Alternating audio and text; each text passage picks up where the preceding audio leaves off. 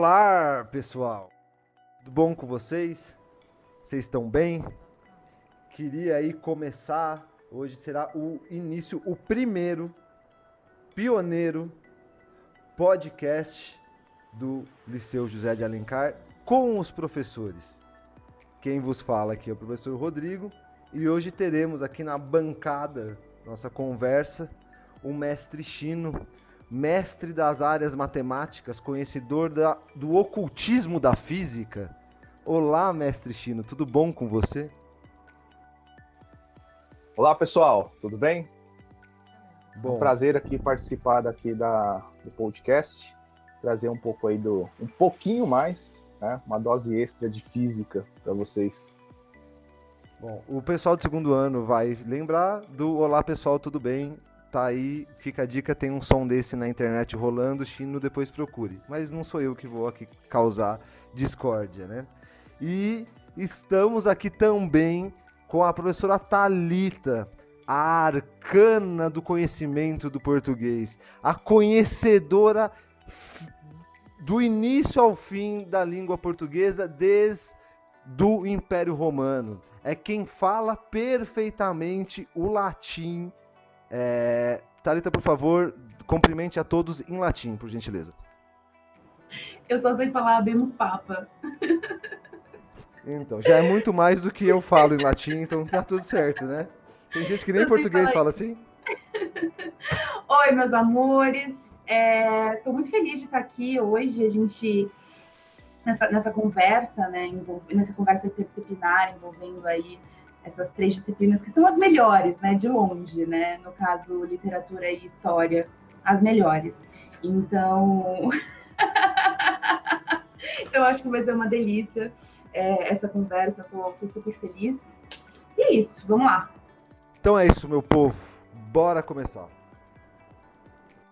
Então, gente, hoje a gente vai conversar um pouquinho, falar um pouquinho sobre uma coisa que sempre roda nas aulas de português e acredito que em várias outras aulas, a questão de Chernobyl, né, do acidente de Chernobyl. Então, trouxemos aqui para a gente bater um papo sobre algumas coisas a respeito desse acidente, vamos falar um pouquinho sobre o contexto histórico. O Chino vai ensinar a gente a fazer uma bomba nuclear, é isso, Chino? Com certeza, uma bomba nuclear muito fácil, um carbonato de sódio, vinagre, tá? E um pozinho que depois eu vou contar o que é. No final, né? Só no final. Chino Marqueteiro vai até dar o nome da marca para ganhar patrocínio a partir de agora. Infelizmente vocês não estão vendo, mas o Chino tá até com o nomezinho dele ali no fundo da tela, para as pessoas saberem, terem certeza que é ele. Mas como estamos num podcast, desta vez, talvez das próximas, mas desta vez não teremos o vídeo. Bom, gente, vamos falar um pouquinho ali sobre Chernobyl e o nosso ambiente, né, para a gente discutir. É necessário que a gente entenda um pouco o contexto histórico que a gente estava, entender um pouquinho sobre o que se tratava.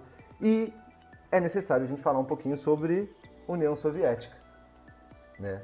É necessário a gente entender o que era a União Soviética e quais eram os contextos relacionados ali de Guerra Fria. Thalita, traz pra gente aí um pouquinho o que eu acho que a gente podia começar falando um pouquinho sobre questões de narrativa.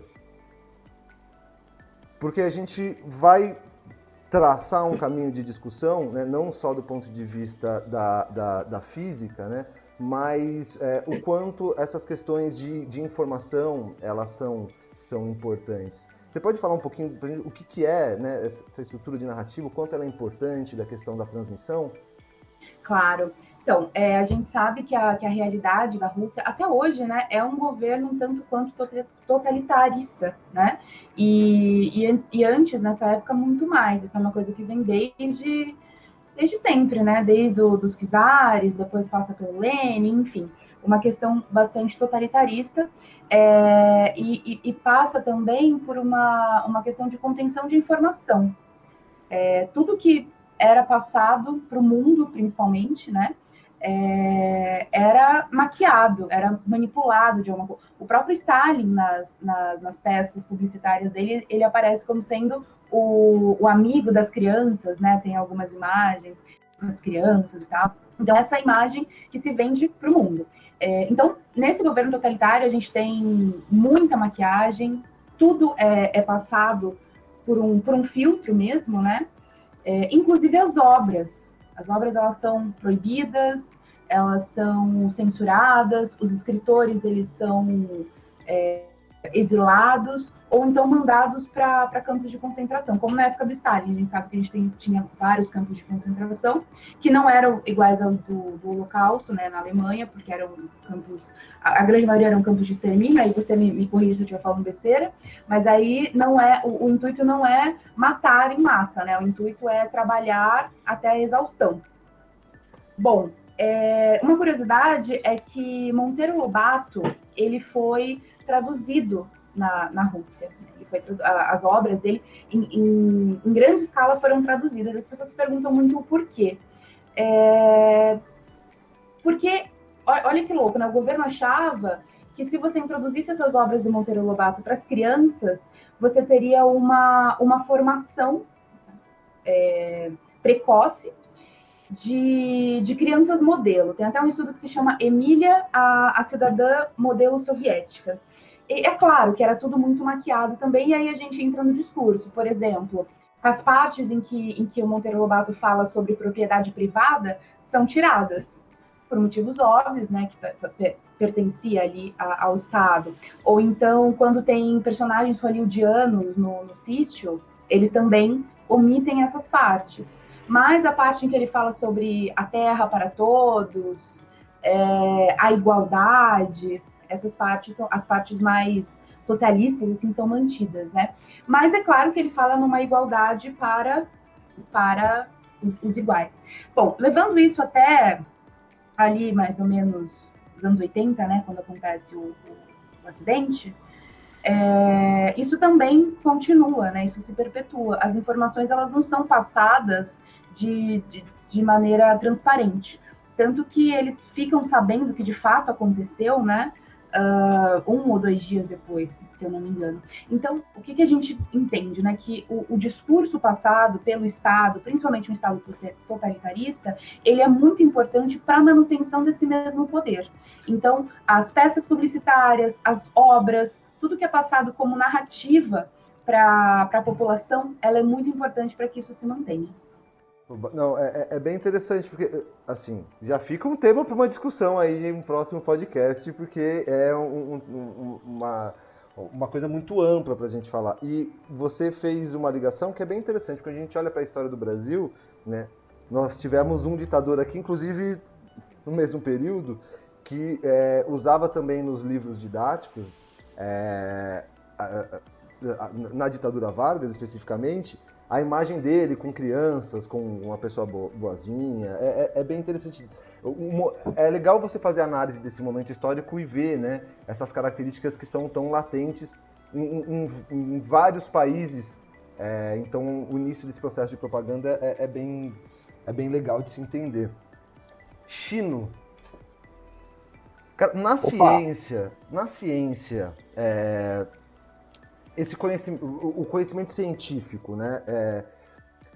Existe uma guerra de conhecimento científico, ou seja, de deter certos conhecimentos para os países? Quanto você acha que isso acontece e é importante? Né? Você, por exemplo, um país que tem um conhecimento científico de um reator, por exemplo, e aí eu não estou falando basicamente da indústria, eu estou falando de conhecimentos que estavam detidos naqueles países, né, que estavam fixados, ligados ao governo. Isso é estudado dentro da física? O quanto isso é problemático? O que você pode dizer para a gente? Bom, particularmente, na verdade, a gente não... Quando você estuda, está dentro de uma área científica, dificilmente você tem essas discussões, por exemplo, com seus professores. Né? Em alguns momentos você tem palestras, você tem rodas de discussão, fóruns de discussões que você vai à tona do ponto de vista da ética científica, né? Como acho que qualquer outra carreira. Só que a ciência, ela muita gente desconhece esse lado digamos assim, mais sombrio da ciência é o quanto ela poderosa ela pode ser para o bem e para o mal. E é uma questão muito delicada. Por exemplo, um físico norte-americano, muito renomado, muito respeitado, no final do projeto Manhattan, que foi o projeto da bomba atômica, das bombas atômicas norte-americanas, ele foi questionado se ele era um dos chefes. Então, na época em si, assim como Robert Oppenheimer, ele já era um dos chefes na época, um dos encarregados de controlar as equipes de engenheiros e de físicos envolvidos no projeto. Ele foi perguntado depois por jornalistas se ele faria de novo, se ele participaria novamente, se ele seria líder de um projeto desse tipo. E a resposta, ele nem pensou duas vezes, ele falou que sim. Ele respondeu que sim, que ele participaria, porque é melhor que o país dele tenha essas armas, tenha essa tecnologia, tenha esse conhecimento, do que um país vizinho, que ele não sabe o que vai fazer com esse tipo de conhecimento, e pior ainda, se for um país inimigo. Então, desde que... Tanto é que rolou aquela história da carta do Einstein, quando o Einstein vai para os Estados Unidos, e Einstein já era uma figura, digamos assim, fugia do parâmetro do cientista, né? Então Einstein era uma celebridade, praticamente. Então pediram, porque se fosse o Chino, ou o Rodrigo, ou a Thalita, escrever uma carta para o presidente dos Estados Unidos falando, olha, é melhor a gente fazer uma bomba atômica, tá? Por quê? Os nossos inimigos lá já sabem fazer a bomba atômica, entendeu? E aí?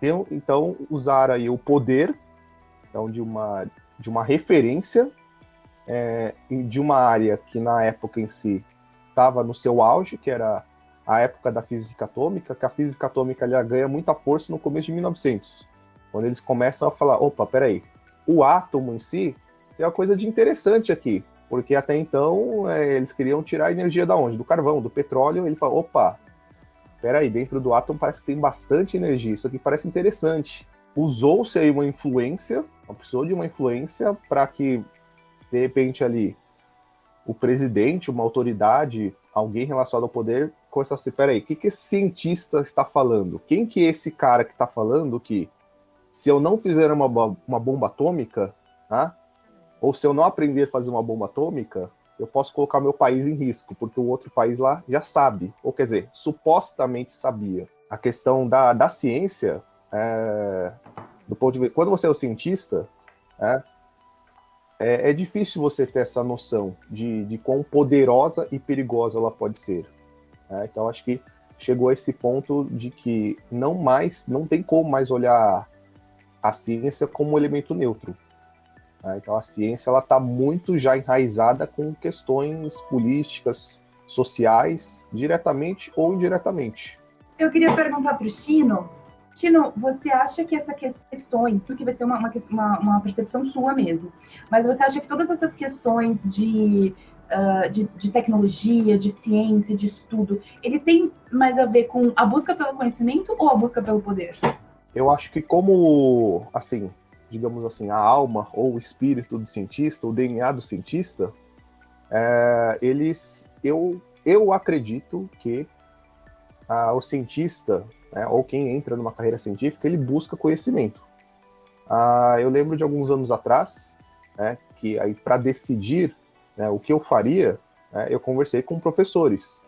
Tá aí, acho que talvez uma importância do papel do professor não é ensinar ali só fórmula, teorema de Pitágoras, Revolução Francesa, gramática, mas ele, de certa forma, em vários momentos, ele vira um conselheiro, um oráculo, digamos assim. E aí eu perguntei para alguns professores, na época eu fazia curso técnico, aí eu perguntei para alguns professores o que eles achavam que eu deveria fazer. E eles falaram assim, Chino, pelo seu perfil, você seria um bom físico, um químico, talvez, um matemático, porque você gosta de conhecer as coisas profundamente. Talvez se você for para uma área como engenharia, apesar de ser uma área técnica e também ser uma área bastante de especialistas, talvez o nível de conhecimento que você vai ter sobre as coisas não vai satisfazer a sua busca por conhecimento. E eu falo, eu falo também para os alunos que o cientista, ele é uma espécie de como posso dizer, de uma raça egoísta, uma raça gananciosa, que parece que ele nunca está satisfeito com as respostas que ele já tem. Tá? Então, quando descobriram que as coisas eram feitas de átomos, aí veio uma nova pergunta, tá, agora a gente já sabe que as coisas são formadas de átomos. E agora, o que vem depois? Então, a gente não se contenta, parece que a gente nunca está feliz com o que a gente descobre. Tá? Um segundo depois, a gente está um virado para a cara do outro perguntando, e aí, o que a gente vai descobrir agora? Tá? E aí começou, e é uma bola de neve, porque você está sempre perguntando, tá, como isso funciona? Por quê? Por que é assim? Por que não é de outro jeito? A gente descobriu o átomo, tá bom, o que tem dentro do átomo? Tá, tem prótons, elétrons e nêutrons, tá bom. E eu falo até para os alunos que essa é uma descoberta recente. Por exemplo, o nêutron ele só foi confirmado experimentalmente em 1932. 1932, para a história da humanidade, é praticamente nada. E agora a gente fica, tá, agora o que tem nos prótons, o que tem nos nêutrons? Tá, agora a gente já descobriu os quarks, agora o que tem nos quarks? E é uma coisa infinita, porque a gente nunca para de perguntar, a gente fala que a criança é o melhor cientista, porque a criança sempre pergunta por quê? E ela não para de perguntar, você explica as coisas para ela, ela tá sempre perguntando por quê? Tá, por que assim, não assim, né? Então, eu acho que um cientista, tá?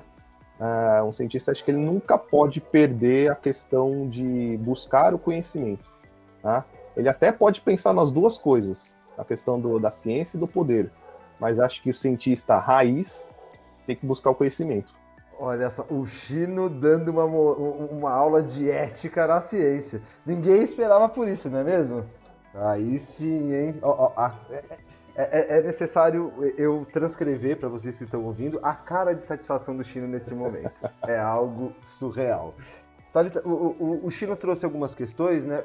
Até mesmo da sua pergunta a respeito da visão do poder, né? E aí, eu acho que é um tema que vai casar muito com o que a gente vai começar a discutir mais profundamente agora. Trazendo a questão ética, do qual você trouxe à luz na discussão. E aí, partindo do ponto de vista da escrita.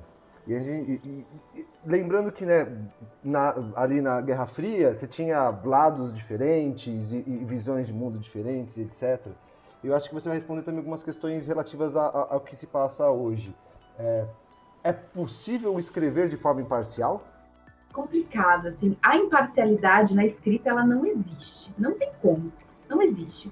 Por mais que existam aí estudiosos sobre que diga que sim, o jornalismo, não. Né? Até mesmo porque a escolha do seu léxico, a escolha das palavras que você vai usar, já denunciam toda a sua bagagem cultural. Por exemplo, um exemplo atual, vi uma reportagem aí que mostrava dois canais de televisão passando a mesma manchete, né? Um deles era a Globo, que falava que a polícia tinha entrado em Jacarezinho e matado 14 pessoas, e o da Record, que dizia que a polícia tinha entrado lá em Jacarezinho e matado 14 bandidos que estavam envolvidos com o tráfico. Quer dizer, por ali você já consegue entender toda a ideologia, e aí usando o termo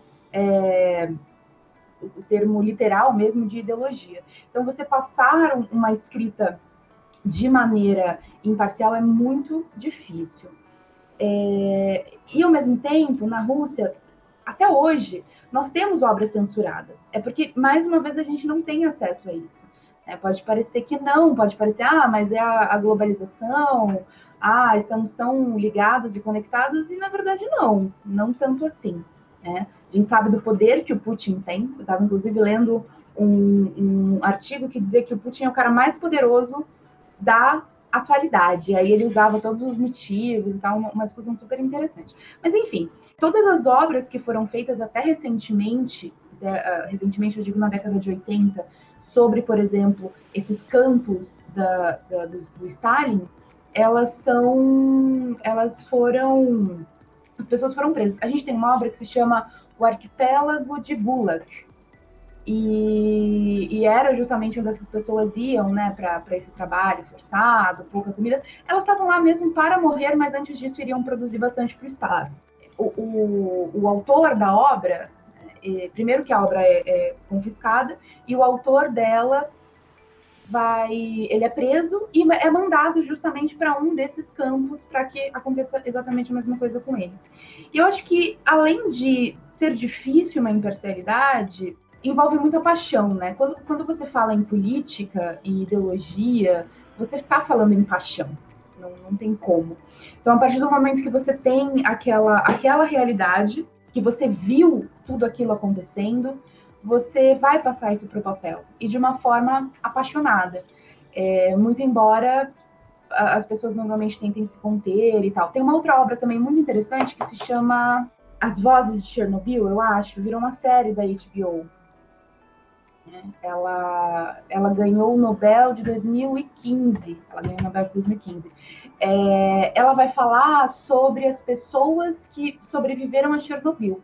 E o grande lance da autora, uma mulher, eu não vou me lembrar o nome dela agora, ela diz que queria passar o ponto de vista daquelas pessoas que viveram aquilo e não dos generais e das pessoas que estavam em cima, né, numa camada superior. Porque a visão que eles têm é uma visão muito diferente daquelas pessoas, da massa mesmo, né, das pessoas que estão ali vivendo, da população que está ali vivendo e passando por tudo isso. Tanto que, não só na Rússia, né, mas a história toda da Rússia, desde do final do feudalismo, se eu não me engano, a Rússia é um dos últimos países, né, a acabar com esse sistema feudal. Desde lá, há uma discrepância muito grande, né, entre a camada mais alta aristocracia e o povo. Então, eu acho muito difícil que você consiga... E aí, falando também de bagagem cultural. Então, se você está lá, nesse país, onde as coisas aconteceram dessa forma e acontecem até hoje, eu acho muito difícil que você consiga ser imparcial ou menos apaixonado no momento de escrever desde um best-seller a uma coluna, um jornal. Só que a gente tem um agravante que eles podem sofrer algumas consequências físicas, inclusive, né? Vitais. Eu acho que isso é o que dá uma filtrada, uma peneirada, porque as pessoas ainda têm muito medo. Mas parece uma coisa distante, mas é o que acontece até hoje na Rússia.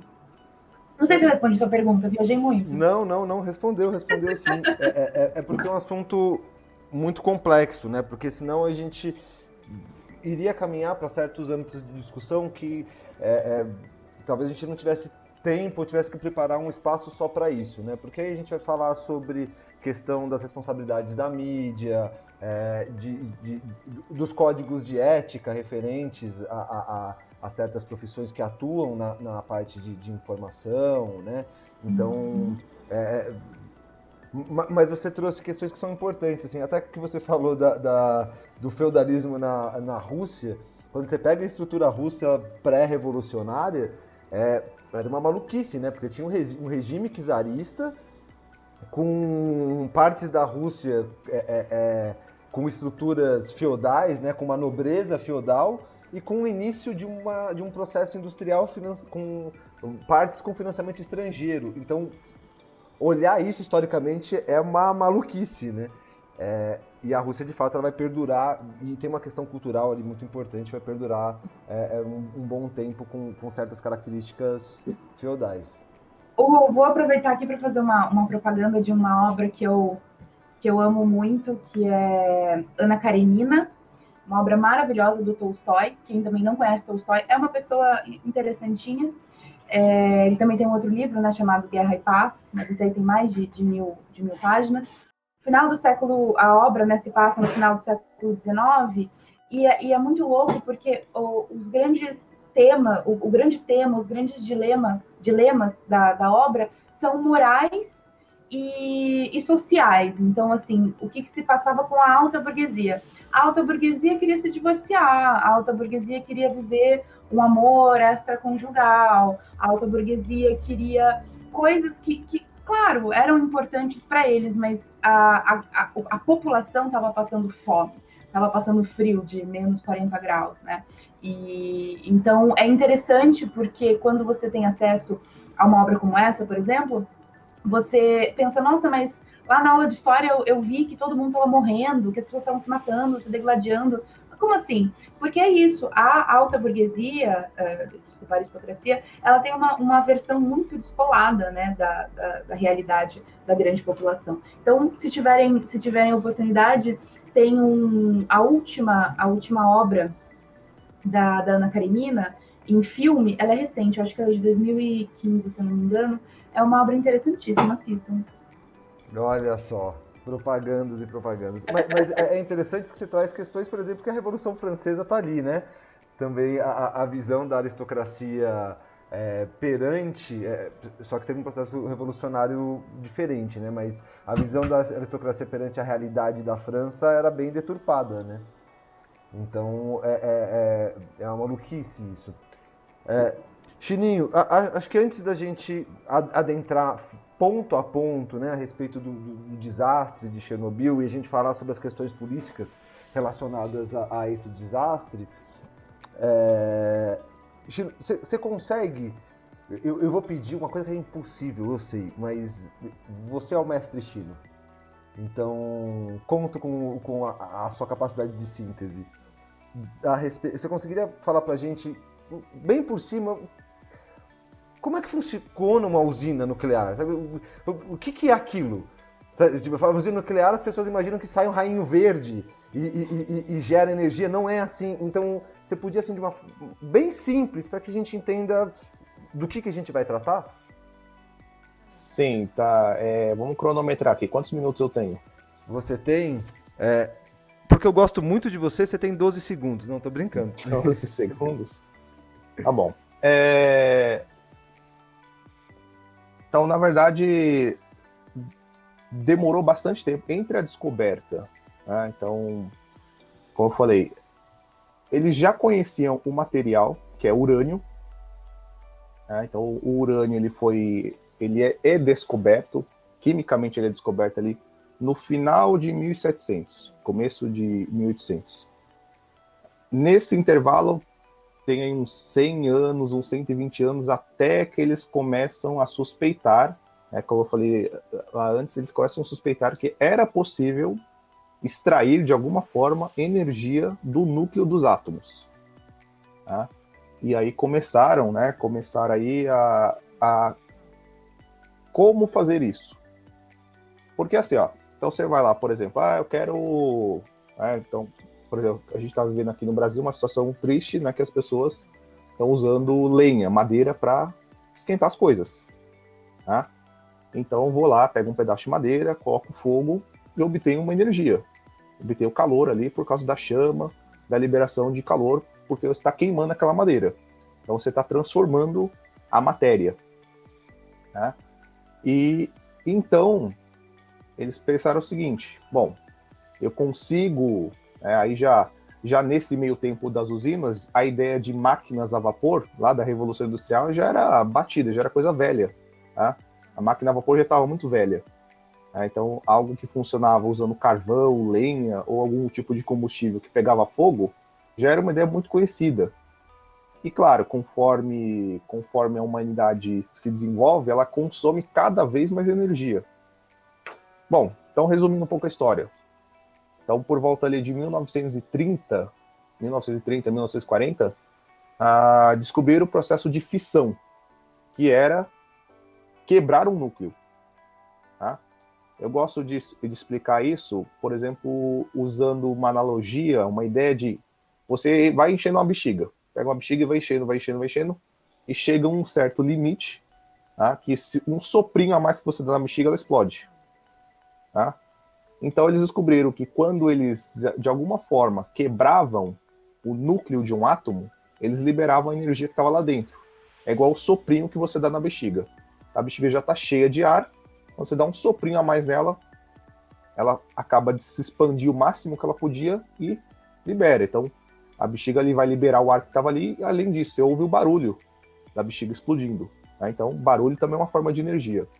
Então perceberam que dava para usar energia quebrando átomos, quebrando núcleo de átomos. E aí eles pensaram, bom, uma das formas de aproveitar a energia é para esquentar as coisas. Então, se a gente trocasse o velho carvão, o velho óleo, por uma reação nuclear. E aí começaram a ter as primeiras ideias de um reator. Um pouco diferente de uma bomba, tá? O reator, o que precisa? Né? Anota as receitas, anota a receita aí para construir um reator. Tá? Então você precisa de um lugar grande, tá? Um lugar grande, um terreno. Então se você é proprietário de algum terreno, já é uma coisa boa. Tá? Urânio, bastante urânio. Tá? Isso já é um pouquinho mais complicado de conseguir. Tá? E não é qualquer urânio, tem uma classificação do urânio, tem um isótopo do urânio específico para fazer isso. E você precisa de algo que controle essa reação. Ou pode ser grafite, é o mesmo grafite que tem no lápis, tá? Ou pode ser água mesmo. Olha que simples. Grafite, de lápis, água. Maravilha. Fora o urânio, é isso que você precisa. Tá? Então, num reator, você fissiona o urânio, só que de forma controlada. Então, você não quer que o urânio reaja tão rapidamente, porque você não quer que o seu reator decole. Tá? Você não quer que as coisas saiam do lugar no seu reator. Você quer que o reator fique bonitinho lá, só esquentando água. Quem já viu uma panela de pressão funcionando, sabe que quando ela esquenta e chega na temperatura de fervura da água, a válvula começa a girar e começa a fazer barulho. Então a ideia era, vamos esquentar água e fazer ela movimentar alguma coisa. E a ideia era movimentar uma turbina, movimentar um eixo que está conectada a um gerador. Tá? Então, nessa época, eles já conheciam a questão do eletromagnetismo. Então, eles pensaram, bom, se a gente pode usar um motor a combustão para movimentar um gerador de eletricidade, a gente pode usar a mesma ideia, só que ao invés de usar carvão, óleo ou qualquer outra coisa que pegue fogo, vamos usar um reator nuclear. Então, essa ideia, usar a energia nuclear para esquentar muita água, gerar bastante vapor, com muita força, muita pressão, para movimentar um sistema de turbinas. E essas turbinas vão movimentar o eixo ou motor de um gerador, gerando eletricidade. É isso. Chino, você acabou de destruir as minhas expectativas, porque eu imaginava que sairiam raizinhos verdes e as pessoas que ficavam perto dessas usinas ganhavam poderes como na Marvel. E infelizmente você está dizendo que não é assim. Mas eu sei que tem uma questão de luminosidade que eu acho que a gente pode citar aí no processo da discussão. Mas é interessante você ter falado, porque assim, é importante a gente entender por que existiu essa necessidade de se produzir energia, né? O que a revolução industrial também vai influenciar dentro desse processo. Então, com o processo da revolução industrial lá, né, no meio do século XVIII, lá na Inglaterra, você aumenta a capacidade produtiva, né? E geram-se outros N problemas que referente ali à forma do trabalho, a relação com o trabalho e principalmente no começo ali a exploração, a criação de uma nova classe social. Isso muda completamente o mundo, né? Não é à toa que a gente chama de revolução, né? A revolução ela tem um peso. Essa questão traz um peso, né, dentro dessa estrutura. E você tem do ponto de vista até financeiro, né, do ponto de vista capitalista, você tem uma transformação, uma capacidade de produzir muito mais, obviamente de alcançar lucros maiores. E quando você está discutindo sobre um novo processo de energia que possa gerar energia em quantidades gigantescas e que consumam recursos diferentes, né? Então, se um país, por exemplo, como o Japão, que não tem lago no seu solo ali, né? Não tem uma quantidade grande, né? Não tem quantidade de petróleo, de gás natural, etc. Você tem uma variedade, né, da sua capacidade de energia, dá a possibilidade do seu país produzir mais, independente da estrutura política do qual ele está seguindo.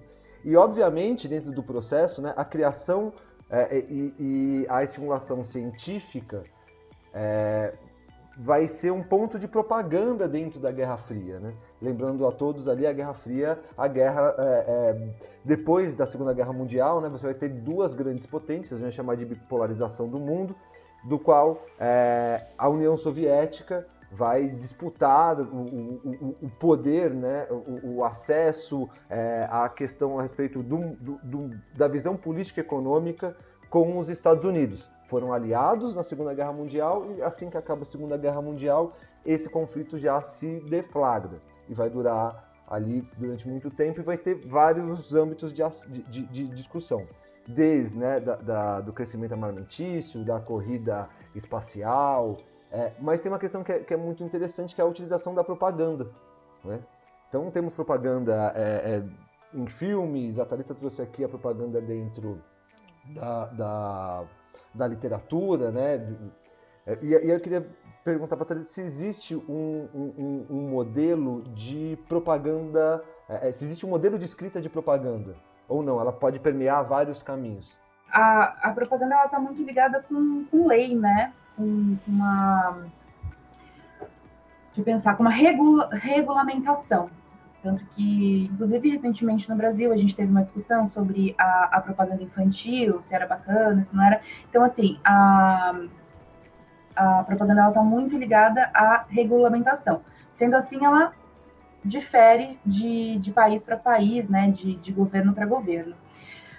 A Rússia, ela já tem uma história de ter demorado muito para fazer uma constituição nacional, constituição simples, né? Então, eu não acredito, e aí eu posso estar equivocada, mas eu não acredito que haja uma regulamentação que não vá se alinhar com o Estado, no sentido de servir ao Estado.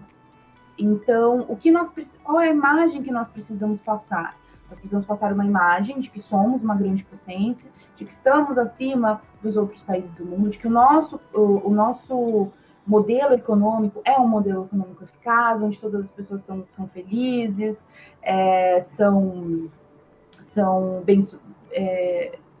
vivem ali, né, numa determinada estabilidade, têm acesso à educação. E de fato é isso, né? Por exemplo, o Stalin, ele dá um grande salto na questão da educação. Ele abre muitas escolas, ele possibilita muitas pessoas a ingressarem na universidade. Então, todos esses pontos positivos em relação ao governo, ele é destacado, obviamente. E os pontos negativos, eles são omitidos. Na propaganda, essa questão do modelo de vida, que depois os Estados Unidos até compra essa ideia, né, do modelo o sonho americano, essa questão ela é muito eficaz para a família tradicional. E aí eu não estou falando da brasileira, estou falando da família tradicional que vem ali, né, dos anos 50, 60, até mais ou menos o começo dos anos 70. Então, você ter uma família, você ter o seu carro, você ter sua casa, você ter uma vida tranquila e feliz. Então, todas as propagandas, todas não, aí eu estou generalizando, mas a grande maioria das propagandas que envolvem o governo, elas vão passar essa ideia de estabilidade, de felicidade. E aí, gente, a gente conta com várias ferramentas, né? As cores, elas são muito importantes. Então, normalmente você vai ver cores que se assemelham à bandeira daquele país, né?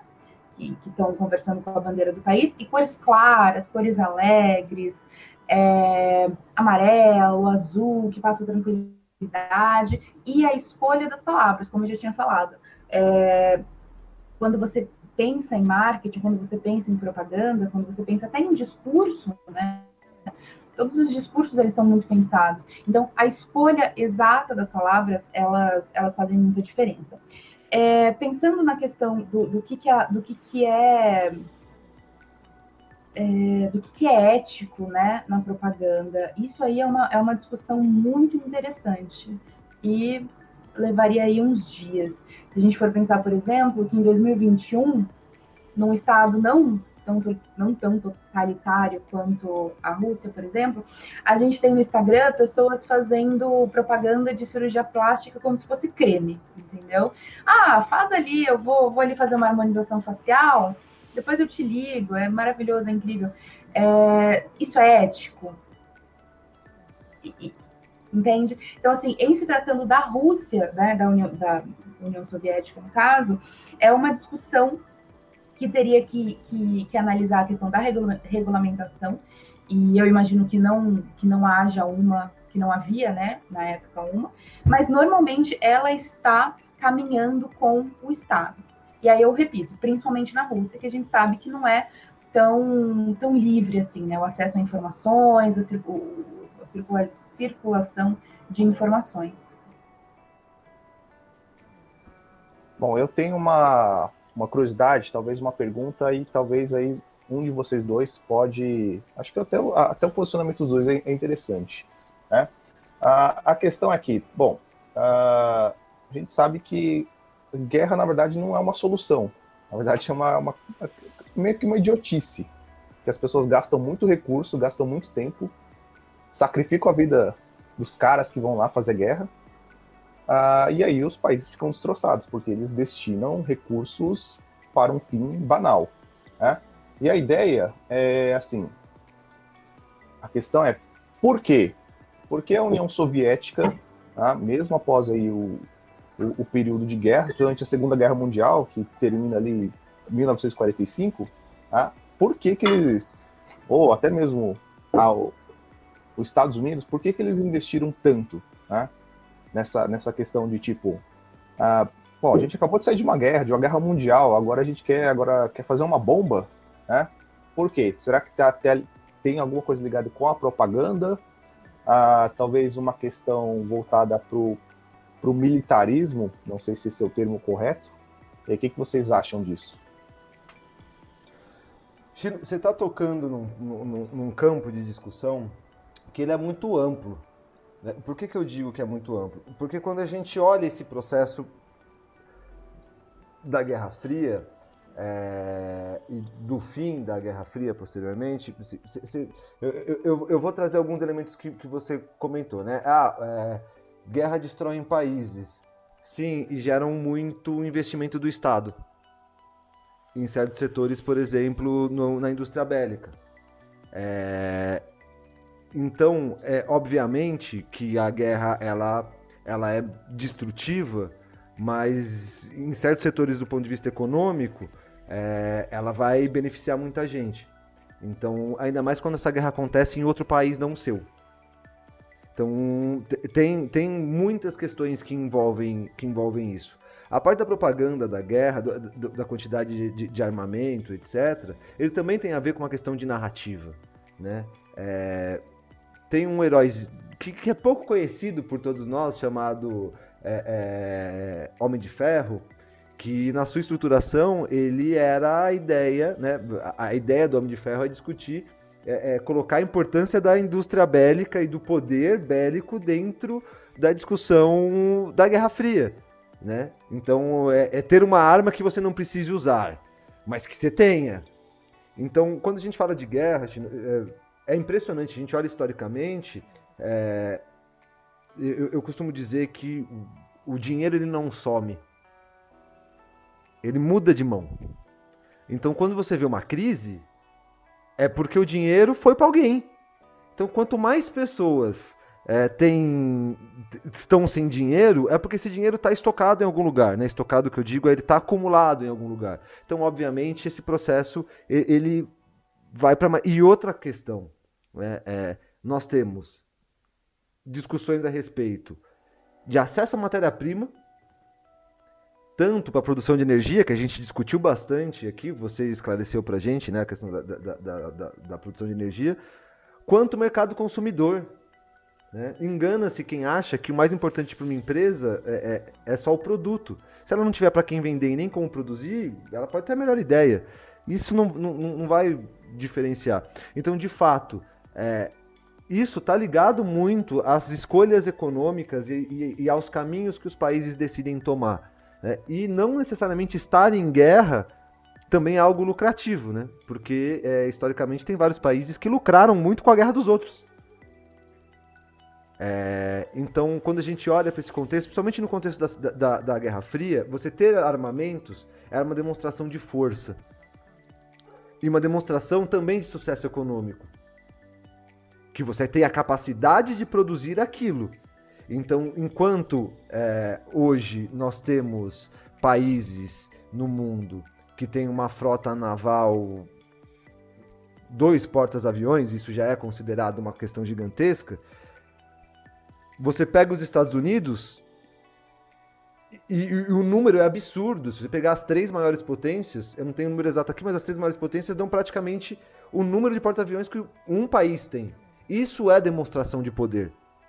Né? Então, tá ligado à questão financeira, não tanto à questão do militarista, né? Porque, tirando questões relativas também à União Soviética, né? Mas quando a gente olha, por exemplo, nesse caso, para a consequência dessas guerras e porque a gente tem atualmente, as Forças Armadas elas são um braço que está ligado, pelo menos na teoria, ele está ligado a um Estado democrático, principalmente no Ocidente. Então, aquelas estruturas que a gente teve ali na Segunda Guerra Mundial, elas foram se transformando, e aí as posturas elas são diferentes. A estrutura militar dentro de um Estado ela também tem uma outra característica, que é você criar uma hierarquia. Subalterno não responde, não questiona a ordem, né? É a famosa frase missão dada, missão cumprida. Então, quando você cria uma estrutura política do qual o seu governo ele é militarizado, o que está dizendo você é soldado, você não questiona. E de fato, para a estrutura da guerra, o soldado não pode questionar o capitão no momento da tática, né? Não há esse espaço. Então, só que numa via democrática tem outras questões. Thalita, eu falo bastante, então vacilo eu não parar de falar. Pode falar, Thalita. Não, eu sou essa pessoa também, mas assim, pelo menos você responde as perguntas, né? Eu saio viajando e aí vou indo. Deixa eu ver. Sim, você é a pessoa mais indicada aqui, né, para falar sobre o assunto, mas a gente queria pegar o seu gancho do Homem de Ferro, né? Você doutrinar, eu não gosto de usar essa palavra, né, que é meio caída e tal, mas você doutrinar através da mídia, né, através de histórias, através de livros, de produções literárias. Se a gente for pensar nos Estados Unidos, era uma outra realidade, completamente diferente da Rússia, né? Porque ele já vem daquela ideia de democracia. Você tem direito de ter uma arma, não precisar usar, mas você tem esse direito. Já a Rússia, não. Nós somos o Estado e estamos juntos, né? Mas não estamos. Só os meus iguais aqui estão. Quer dizer, como que você faz isso? Você introduz obras com as quais a pessoa vai ficar naquele looping. Então, essas obras que vão falar sobre a importância do Estado, sobre a questão paternalista do Estado, você liga o rádio, é isso que está sendo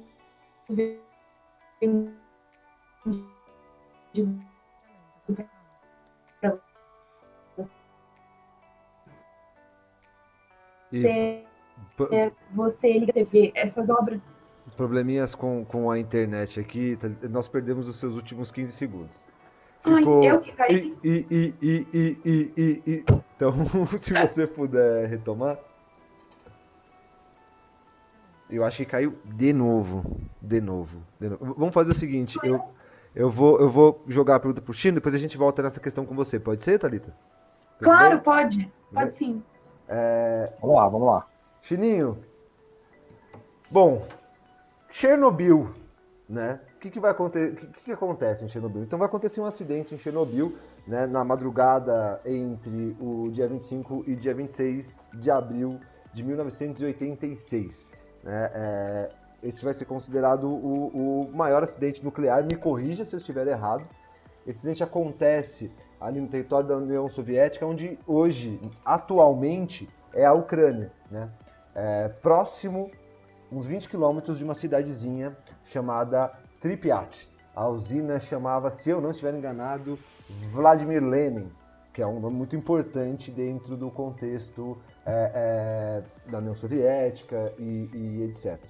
Inicialmente, quando o acidente ocorre, né, a União Soviética tenta esconder essa questão, tenta esconder o que de fato aconteceu dentro do seu território, e a gente vai tratar disso um pouquinho mais para frente, mas, Chino, uma usina nuclear, pensando no contexto, tá? 1985, 86, né, esse período, ela tem uma alta periculosidade, tipo, quem mora do lado de uma usina tem que ter medo dela explodir o tempo todo?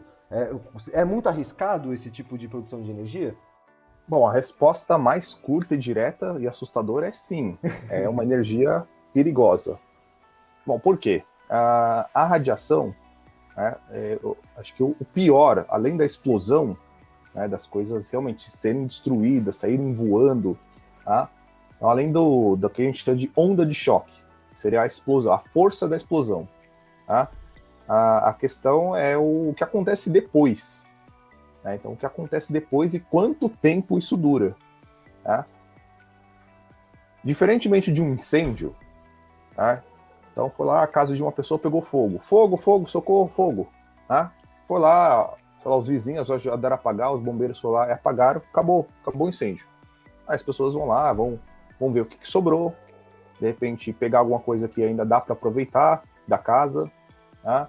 E dá para morar de novo. Se reformar a casa, enfim, se não abalou as estruturas, dá para morar na casa. A questão é que um acidente que envolve material radioativo, a questão é bem mais delicada. Por quê? Bom, o fogo, você vê pegar fogo.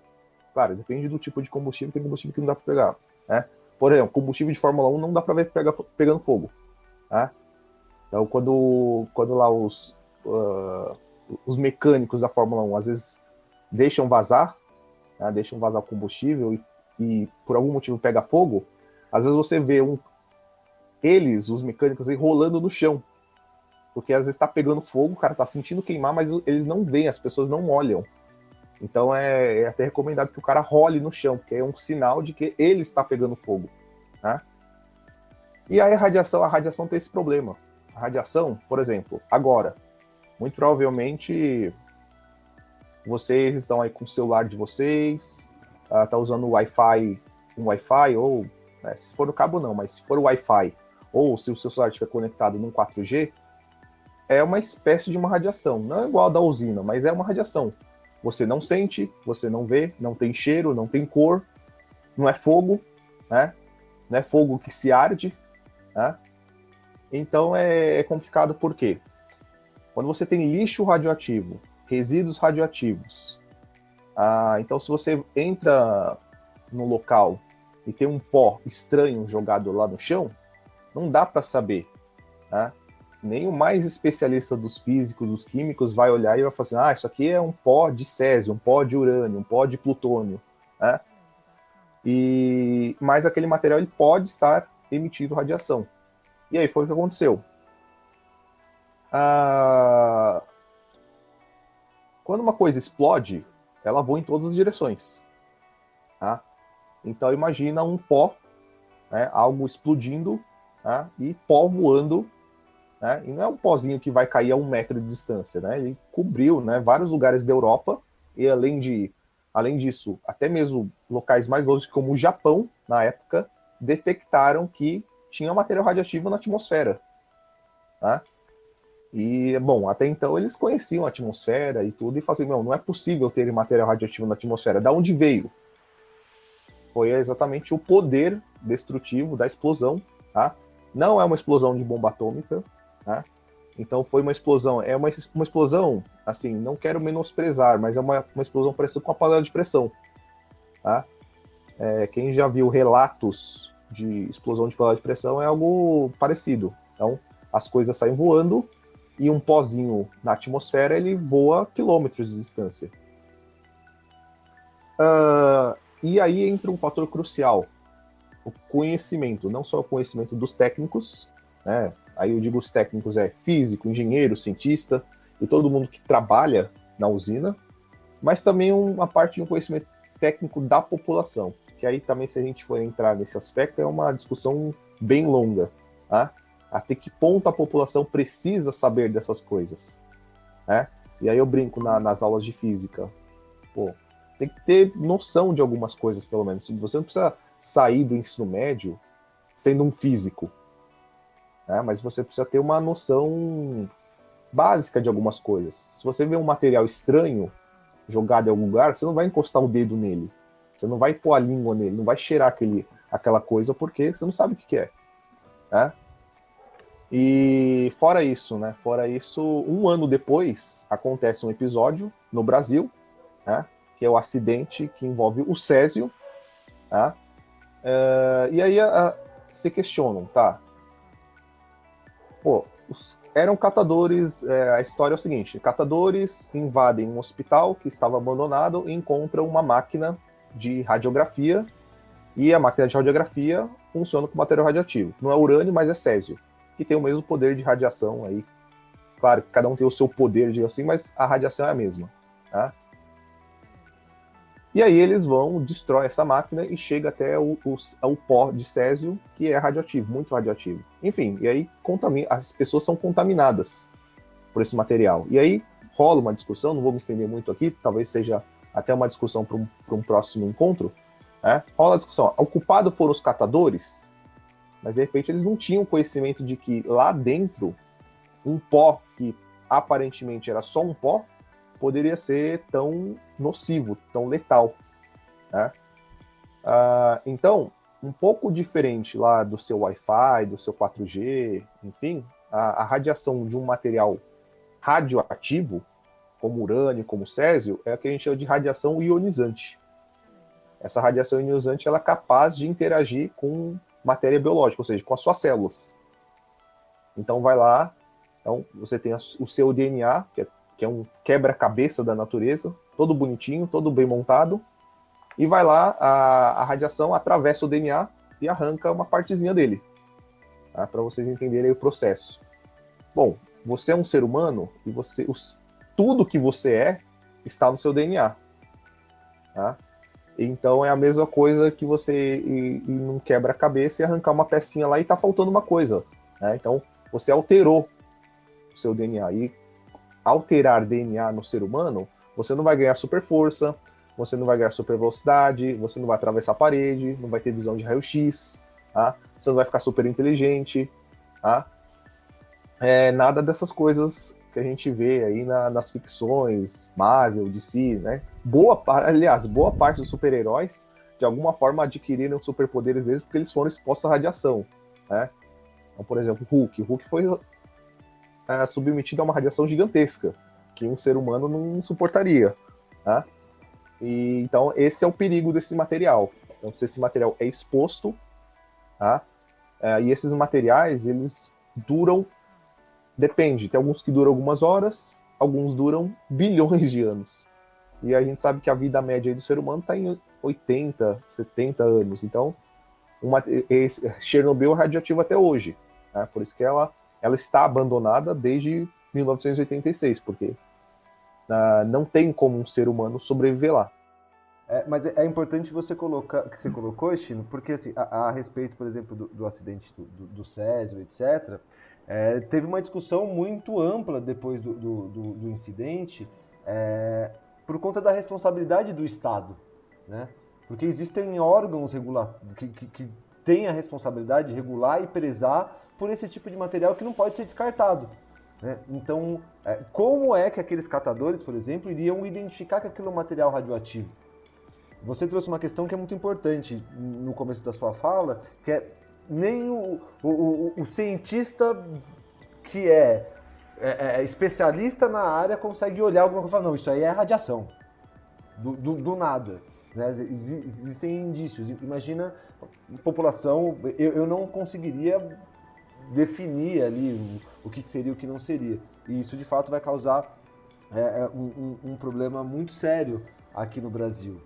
E é interessante, se a gente voltar aqui para essa análise do processo de Chernobyl, você traz uma característica, eu queria emendar uma pergunta antes de passar para a Thalita. Essa radiação, né, porque o que acontece? A partir do momento que acontece o incidente, a gente tem ali problemas com a cidade, mas inicialmente a União Soviética esconde aquilo do mundo, né? E aí eles passam a descobrir porque eles começam a detectar radiação em outros lugares, né? Então essa radiação ela vai chegar, né, na Polônia, na Suécia, Bielorrússia, partes dela chegando no Reino Unido, logo naqueles primeiros momentos. A radiação ela voa, ela explodiu ali a usina, voou radiação e aí ela vai voar? Como é que eles sentiram? Ou sentiram, para usar uma analogia que eu já disse aqui, sentiram o raiozinho verde chegando lá? Tem um efeito luminoso, tá? Tem um efeito luminoso, mas isso ele só vai ser visto, por exemplo, se você tiver um grande acúmulo desse material, como por exemplo, o caso lá do Césio, né? O Césio em Goiânia. Então, por exemplo, por conta... Radiação é uma energia, tá? Então, radiação é uma energia que interage com alguma coisa, faz alguma coisa funcionar. Então, por exemplo, é assim que você consegue receber mensagem no seu celular, tá? Então, de alguma forma, você, digamos, modula, tá? Faz um molde, tá, de ondas eletromagnéticas, que é uma parte eletricidade e uma parte magnetismo. Então, toda radiação, toda forma de radiação é eletromagnetismo, tá? Que é essa composição, essa combinação de eletricidade e magnetismo, e eles agem à distância, tá? Eles agem à distância. Então, se eu tiver uma partícula, um grãozinho de um material radioativo a 1 metro de distância do meu corpo, eu vou estar recebendo essa radiação. Tá? E claro, ela aumenta a sua intensidade quanto mais perto eu estou. Então, por exemplo, lá no acidente, tanto em Chernobyl quanto de Goiânia, o de Goiânia teve uma situação bem mais drástica, bem mais triste, porque uma menina teve contato com o material e ingeriu o material. Tá? Então, você ter contato externamente com o material, se você se afastar dele, ou de alguma forma se blindar dessa radiação, é o que a equipe de bombeiros vai fazer depois de algumas horas de trabalho em Chernobyl, tá? De que aí sim, eles já têm uma noção, eles já sabiam que eles estavam indo para o lugar que tinha radiação. Tá? Então eles perceberam que já se conhecia que uma das formas era você usar placas de chumbo. Então imagina, coisas pegando fogo, coisas prestes a explodir, material radioativo para todos os lados. Tá? Antes do reator chegar no seu colapso, explodir, tinha alguns tampões no chão, tá? E esses tampões eles tinham a média de 300 a 400 quilogramas, metade de um carro popular. E o vapor gerado no estado mais crítico do reator estava levantando essas peças. E fizeram essas peças voarem quilômetros de distância na hora que ocorreu realmente. Então imagina, levantar uma peça de 400 quilogramas, imagina o que ele não faz com um grãozinho, que é praticamente assim, não dá para medir numa balança. Tá? Então, a questão é que muito desse pó radioativo foi espalhado. E se a gente pensar no menor grãozinho possível, tá, ele está emitindo radiação. E quanto mais grãozinhos estiverem espalhados por aí, maior é esse poder radioativo.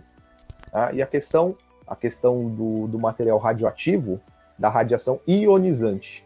Tá? A radiação ionizante ela interage com células, interage com coisa que é biológico, tá? Coisa que tem DNA. Tá? Aliás, um fato curioso é que eles sabiam desse perigo de mexer com esse material, as equipes de resgate. Tá? Tanto que eu falei, eles praticamente tiveram que colocar peças de chumbo, tá? Para tentar fazer alguma coisa no reator, porque não podia deixar ele simplesmente aberto. É igual quando a gente está com uma cárie no dente. Você está com a cárie no dente, não pode deixar ele aberto. Alguém tem que ir lá e fechar ele. E aí foi que, literalmente, essas equipes fizeram. As primeiras equipes foram as que mais sofreram, porque literalmente, naquele calor todo, naquela emoção toda, eles nem pensaram que estavam lidando com material radioativo. Tá? Aí foi alguém que falou, peraí, não é assim. Água não vai resolver o problema. Tá?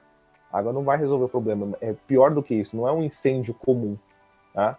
Esse incêndio veio porque estava em tão alta temperatura que fez o grafite pegar fogo. Fazer grafite pegar fogo não é uma coisa tão fácil. Então, grafite e metal pegando fogo. Tá? E aí entra um outro ponto. Tá? Entra o outro ponto de que a radiação, esse material, tem uma coisa chamada tempo de meia-vida. Que é, digamos, quanto tempo ele ainda continua emitindo essas radiações. Tá? Porque esse material, digamos assim, é como se fosse uma bateria da natureza. Tá? Então, enquanto ele tiver energia, ele vai decaindo, ele vai virando outras coisas, mas ele está emitindo radiações. E boa parte dessas radiações ainda são ionizantes. Tá?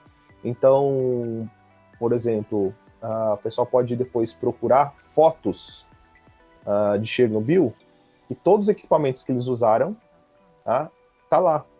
Não tem mais o que ser. Não adianta lavar, não adianta pegar esponja, escova, nada, não adianta. Tá?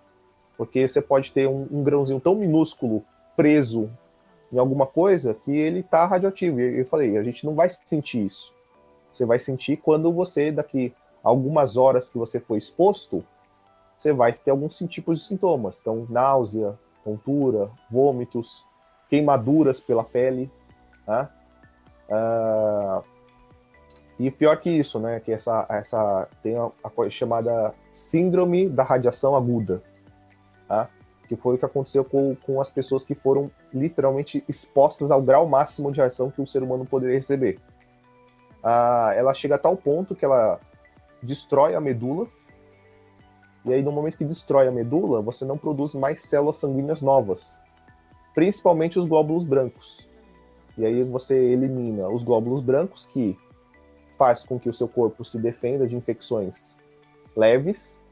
E aí, por exemplo, uma simples ferida, porque o cara lá encostou numa coisa muito quente e queimou a pele, não dá conta mais de cuidar daquela ferida. E aí vai infeccionar, e essa infecção vai se espalhar pelo corpo todo. Por quê?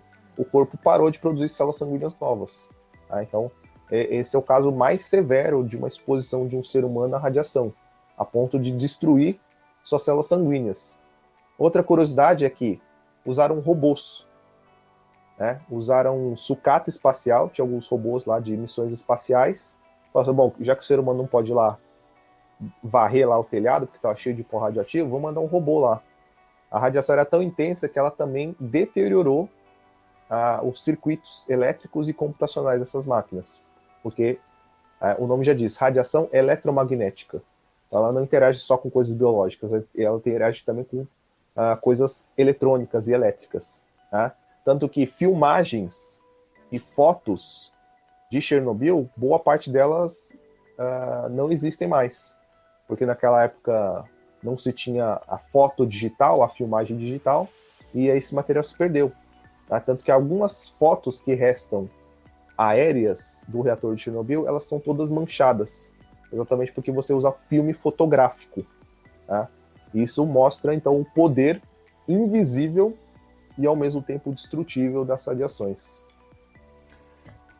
Chino, é bem interessante. Então, o negócio explodiu, a atmosfera começou a se espalhar, e a explosão, pelo que você explicou, né, foi tão forte, foi tão intensa, que se espalhou, chegando a ser sentido em países ali próximos, né? E aí esses países começam a questionar, porque eles começam a ter evidências científicas de onde veio isso aí, né? Começam a identificar qual era o tipo de possibilidades de reatores que produziriam ali aquele tipo de eu não sei qual que seria a palavra certa, partícula, sei lá, me corrija, China, se eu estiver errado, e começa um questionamento à União Soviética, perdão, que naquele momento estava tentando evitar que isso sairia, né, que isso saísse dentro do seu... que o mundo soubesse o que aconteceu ali. Thalita, olhando para esses acontecimentos, né, para tudo isso, a manipulação, o processo de manipulação da informação, seja lá do que for, ele tem um poder muito grande e perder isso é algo muito problemático para um Estado, por exemplo? Com certeza. Naquela hora que eu morri aqui, eu ia lembrar da questão do Stalin, o mestre do Photoshop, né? Porque, assim, numa época em que a gente não tinha tecnologia como a de hoje, né? Nem perto da de hoje, o cara conseguiu, assim, cancelar o coleguinha tirando ele das fotos, né? Então, essa manipulação da imagem. E aí, assim, a partir do momento em que alguém estava contra ele, né, ou contra algum posicionamento dele, que ele era só um pouquinho mimado, aí pronto, aí ele tirava das fotos, então, para apagar mesmo esse registro histórico. E uma coisa muito interessante também é que na guerra, o Stalin já não estava tão popular, né, quanto antes, porque a Rússia, e aí eu não sei se estou falando besteira aqui, mas ela economicamente estava ali afogando e afundando e tudo mais. E aí o que eles começam a usar? Olha que interessante, eles começam a usar fotos de mulheres para encorajar as pessoas a ir para a guerra. Porque os homens já estavam, né, na guerra, mas eles achavam que aquela mulher representando a mãe, representando a filha, representando a esposa, encorajaria outros homens, né, a se alistarem e irem para a guerra, para salvar a paz. Então, eles estavam usando aquela imagem para isso. E aí a gente entra também numa outra questão de cores, né? Então, o vermelho muito presente para transmitir essa força que o Estado, que o sistema socialista teria. E a ideia, né, do Stalin era que o sistema, o modelo econômico deveria ser amplamente difundido, divulgado, como um modelo, um sistema que deu certo. Então, no momento em que acontece toda a situação de Chernobyl, e aí já não é mais o Stalin, é o... Agora, não lembro se é o Nikita ou se é o Boris. Mas, enfim, nesse momento, eles estavam ali, beirando, já estavam na crise do petróleo, e aí rola a questão de Chernobyl, então eles estão ali capengando. Dar o braço a torcer e dizer, olha, realmente aconteceu... E aí, o que a gente vai fazer? A gente não sabe o que fazer. Essa tecnologia é uma tecnologia tanto quanto nova, né? A gente está ali descobrindo, a gente não sabe exatamente o que fazer, ou até sabia mais ou menos o que fazer, mas não podia dar esse braço a torcer que tinha causado um acidente tão grave, né? Numa escala tão grande. Então, assim, como eles não funcionavam naquele modelo, naquele esquema win-win, né, que a galera, todo mundo ganha, mesmo quem perde ganha e tal, era assim, se eles dessem uma bola fora nessa dimensão, sim, acabou a União Soviética. Seria dar a cartada, né?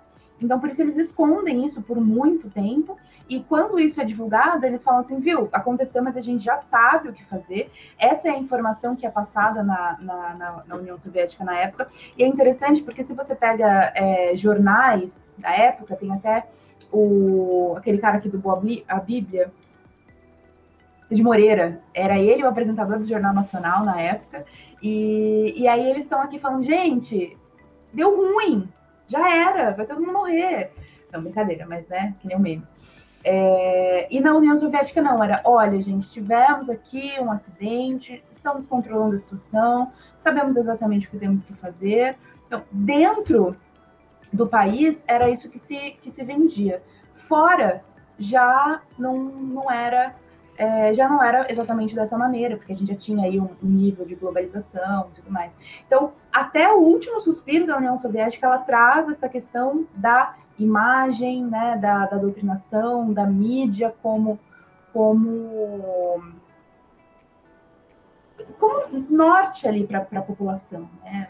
Até uma visão paternalista, que aí é uma visão que casa muito com a questão do regime totalitário, com a questão do regime socialista, do Estado, como pai de todos. Então, assim, a gente sabe o que a gente está fazendo, vai dar tudo certo, e a mídia é usada para isso. Tem uma frase que agora eu não vou lembrar exatamente como que a frase foi escrita, mas que ela diz que a mídia ao longo da União Soviética, ela serve para educar as pessoas e não para passar informação.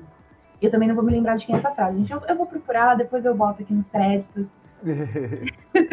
Só para acrescentar ali, era o Mikhail Gorbachev. O Gorbachev. Nem o Nikita, nem o Boris, né? Viajei. O que eu acho o que é interessante, né, que você traz, né? Quando acontece o acidente ali perto da cidade de Pripyat, gostou do meu russo, hein? Forcei o russo agora, né? Tudo bem. O processo de evacuação da cidade próxima, que era uma cidade ali que basicamente abastecia, né? Criada ali como uma cidade modelo, dentre outras coisas, para abastecer de pessoas para trabalhar dentro da usina, etc., eles vão demorar muito tempo para retirar as pessoas ali da cidade. Na cidade, se eu não estiver enganado, fica mais ou menos 25 quilômetros do que aconteceu. Então imagina que se dali da Ucrânia chegou na Bélgica, a radiação deu para sentir, né, deu para detectar. Imagina como é que estava 20 quilômetros ali do epicentro do acontecimento. E eles demoram mais ou menos ali, entre o início da evacuação, 30 horas. Então, aquelas pessoas acabaram ficando 30 horas e existem vários motivos que pode se discutir, se eles sabiam o que estava acontecendo ou se eles ainda não tinham capacidade de fato entender, porque inicialmente entendia-se, até do ponto de vista da proteção da ciência, da visão científica da União Soviética, né, uma questão de proteção, entendia-se que aquele reator era perfeito, não tinha como. E, inclusive, inicialmente, até que você citou a respeito das informações, falava-se que o problema não era o reator, que o problema foi um erro humano dentro do processo daquele teste, porque tinham outros reatores daquele modelo funcionando pela Rússia. Então imagina só se eles divulgassem que ali tinha um problema de reator. Mas o que é importante a gente também trazer aqui, que eu acho que você pode contribuir um pouco com isso, foi criado em volta do reator o que a gente chama de sarcófago, né? Ganhou o nome de sarcófago, que é uma proteção. Então vocês conseguem achar na internet, caso vocês queiram aí, dar uma olhadinha no YouTube, alguns passeios, que hoje virou passeio turístico, por incrível que pareça, virou passeio turístico, a passadinha ali perto de Chernobyl, perto da usina, inclusive, e criou-se ali o que eles chamam de sarcófago, que é para proteger. O que protege? Tem algum material que é possível ser colocado para proteger que aquela radiação não se espalhe? Sim, tem. Inclusive é até uma experiência interessante de ser feita. Dá para ser feito, claro, é um comparativo, né? A ciência, ela trabalha muito com modelos. Então, às vezes você compara uma situação com outra e você interpreta aquele fenômeno. Então você reproduz aquele fenômeno como se fosse uma espécie de uma experiência. Tá? Se você pegar o seu celular, por exemplo, e embrulhar ele em algumas camadas de papel alumínio e tentar ligar para ele, esperar alguns minutinhos, né? Algumas pessoas já perceberam, por exemplo, quando você está num subsolo, é que hoje a ampliação das antenas de comunicação, hoje elas são muito intensas. Tá? Então, talvez nós aqui, Rodrigo, Thalita, ou de repente os pais dos alunos, aí que tem uma idade, talvez uma faixa de idade um pouco maior que a nossa ou igual à nossa, sabe que alguns anos atrás, por exemplo, cidades do interior, era impossível usar solar.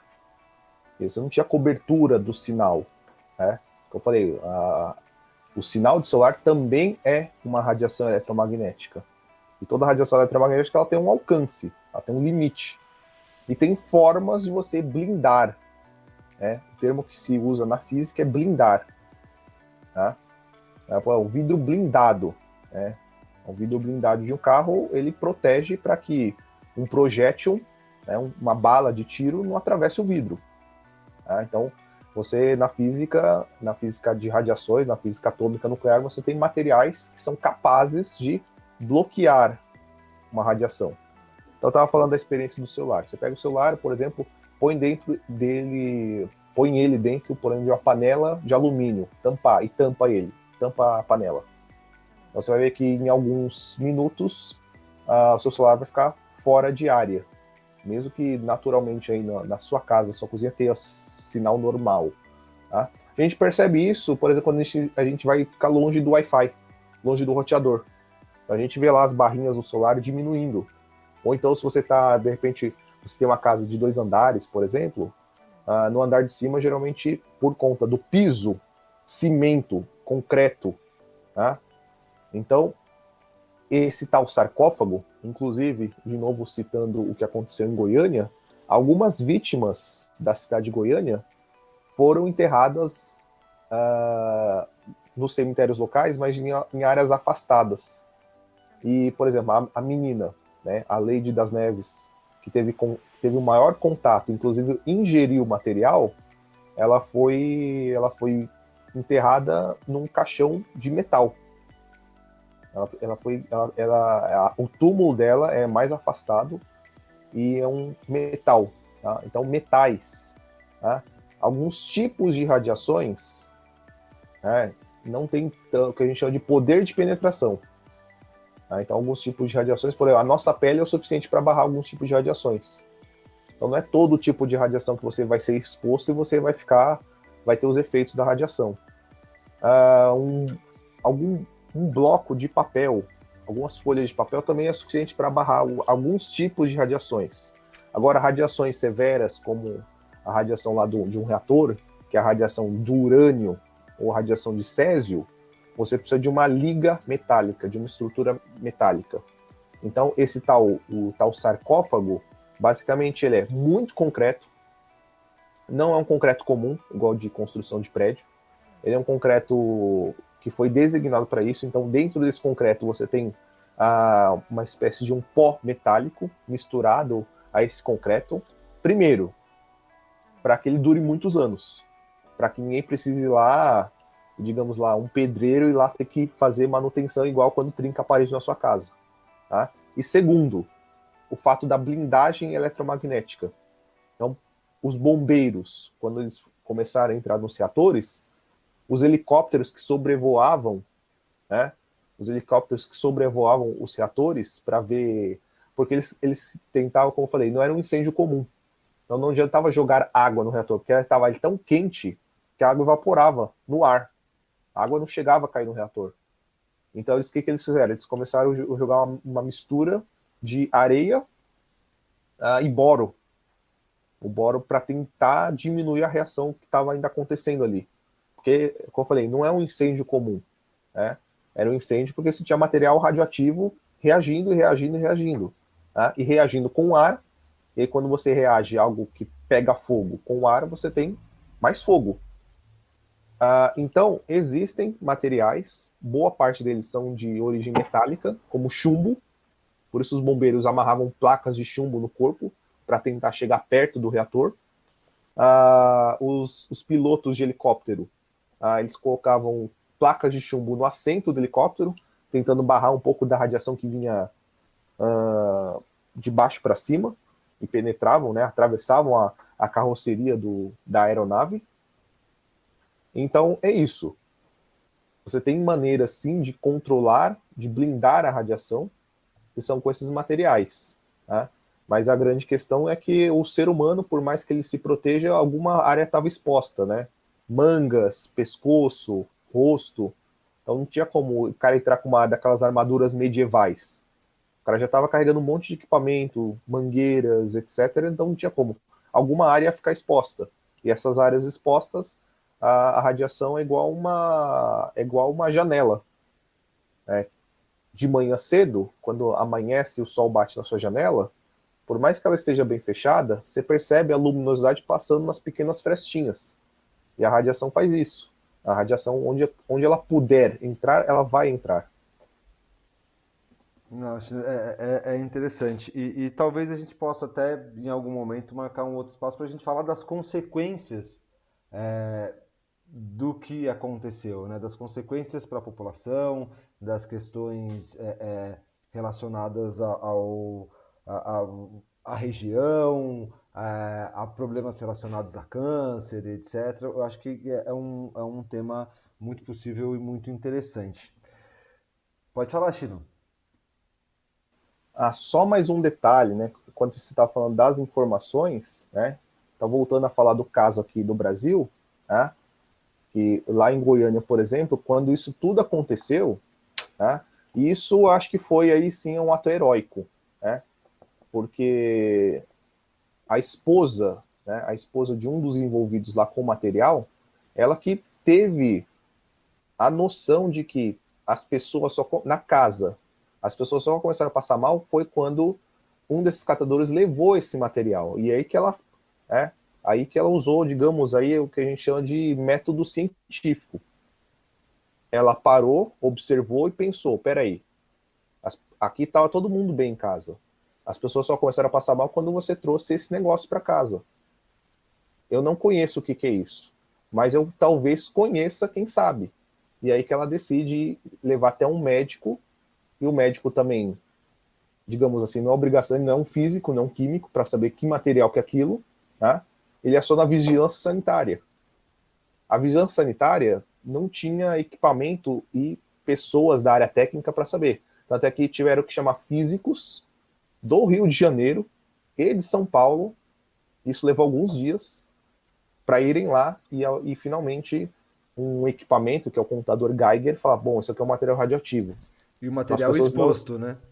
E o material exposto, circulando. Então a mulher, por exemplo, levou um saquinho num ônibus, né? E mais pessoas inalando aquilo ali, tendo contato, porque já estava impregnado na roupa, já estava tudo, né? Então essa questão do fato das pessoas demorarem para serem evacuadas lá em Chernobyl e tudo, tá muito, de uma forma muito triste, ligada ao fato de, por um lado, eu quero que esconder isso da população, e por um outro, a população que também não sabe. Não sabe, não conhece e não tem uma forma de conhecer. Né? Uma curiosidade que eu posso adicionar ao que você falou, Chino, é que os bombeiros passaram mal, né? Tiveram reações antes do resto da população, e eles foram inicialmente tratados no hospital de Pripyat. E lá nesse hospital, uma das enfermeiras percebeu o que estava acontecendo e ela tirou a roupa dos bombeiros e guardou no subsolo. E as roupas estão lá até hoje. Não foram retiradas, né? E todos aqueles que tiveram Sim. contato foram enterrados em uma outra estrutura, com valas muito específicas. Bom, gente, eu acho que é isso por hoje. Eu queria muito, muito, muito agradecer aí a presença e a paciência dos nossos convidados nesse primeiro podcast. Muito, muito, muito obrigado. Queria dar um espacinho aí para vocês fazerem as suas considerações finais e depois fechamos por aqui. Primeiro a Thalita, primeiro Ladies First. O Chino já logo se livrou do BO. Mas tudo bem, Chino, a gente entende. Né, eu vou me lembrar disso, eu vou lembrar disso. Deixa eu pensar.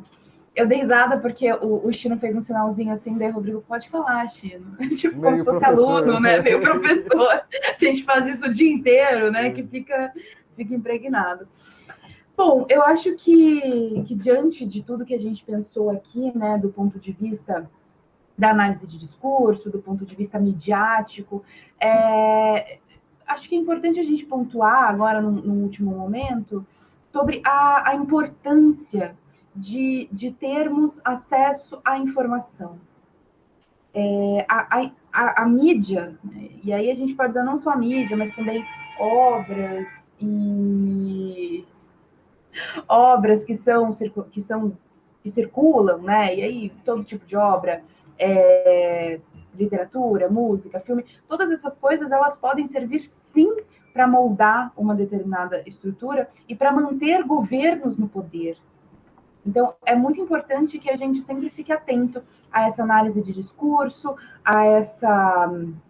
ao que está sendo dito, né? O que está sendo mostrado. E aí a gente cai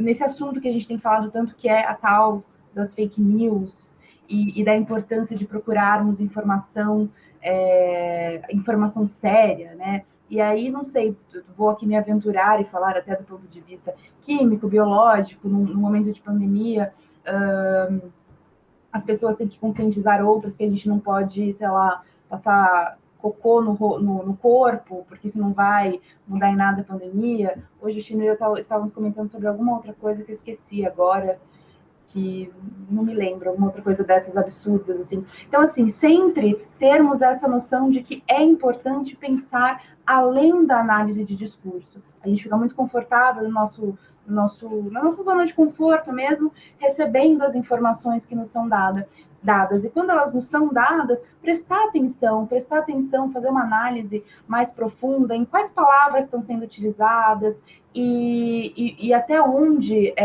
isso, o que essa informação pode causar. Acho que é muito importante ficarmos atentos a isso. Eu só queria trazer ali uma coisa que a Thalita comentou, só para que vocês tenham noção, né? A Thalita ela falou, por exemplo, do cocô de esterco de vaca no corpo. Ela está falando da Índia, quando por conta do coronavírus e das dificuldades, né, de acesso à informação, uma parte da população acaba compreendendo que ela precisa se defender de alguma forma, ela não tem informações do governo, ela não tem coisas muito claras, e aí começam a surgir essas fake news ou etc. E as pessoas acham que tem a ideia de passar as fezes de vaca no corpo as protegeriam de alguma forma do coronavírus. E aí tem a ver muito com essa não chegada de informação, né?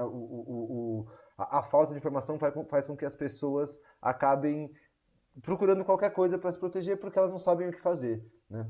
Então é só para acrescentar ali. Chininho? Bom, isso é uma por ser, acho que mais da área científica, um pouco mais técnica, né?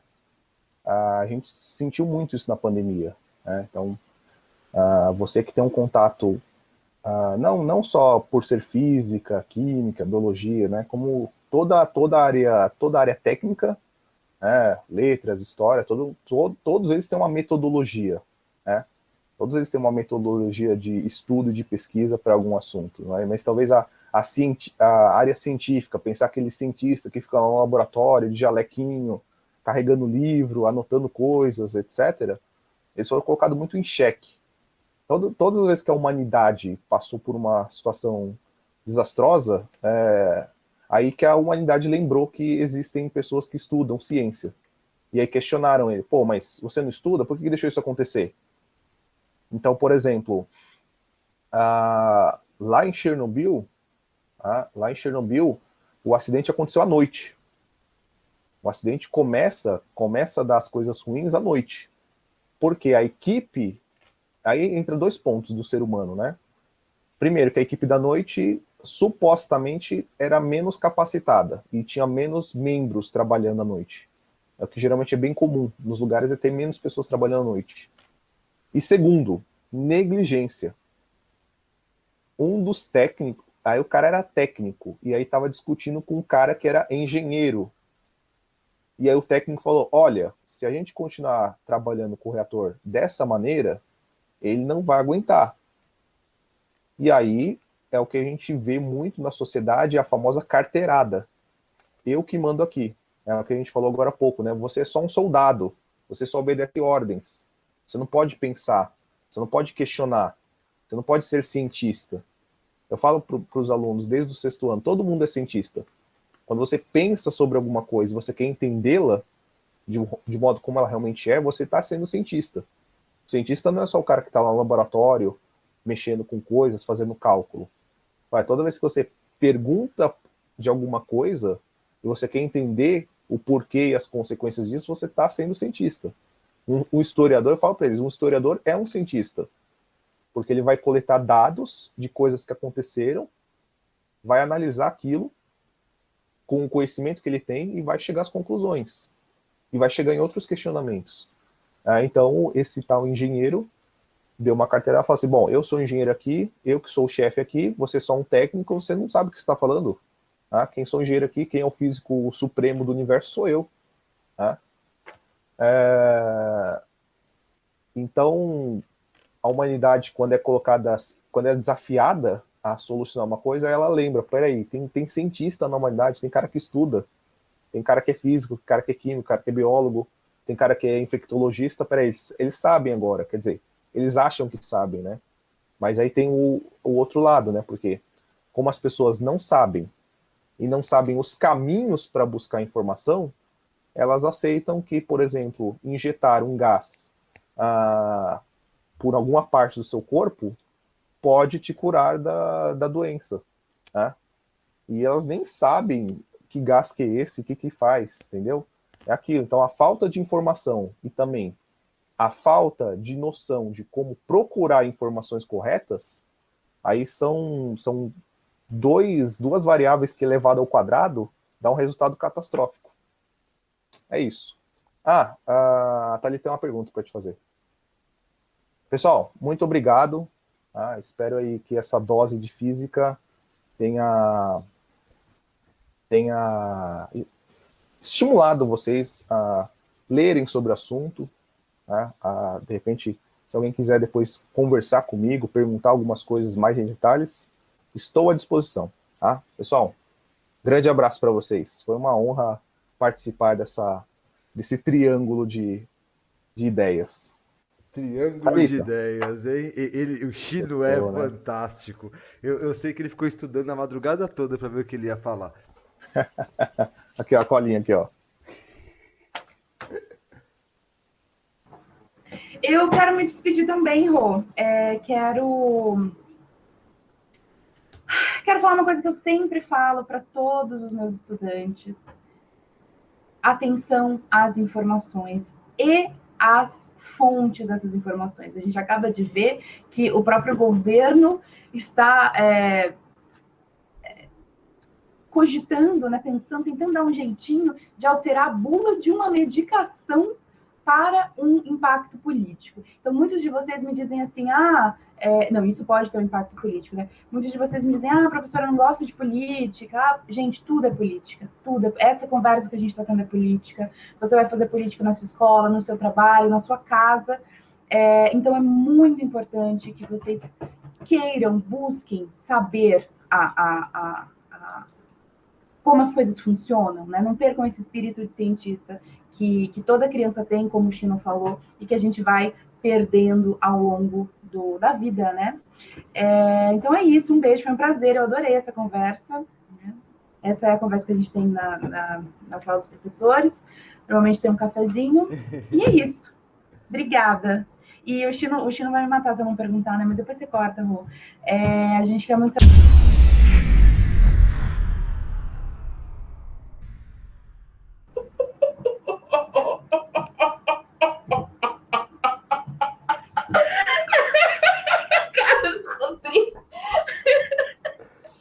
Eu juro que eu vou fazer um making off, tá?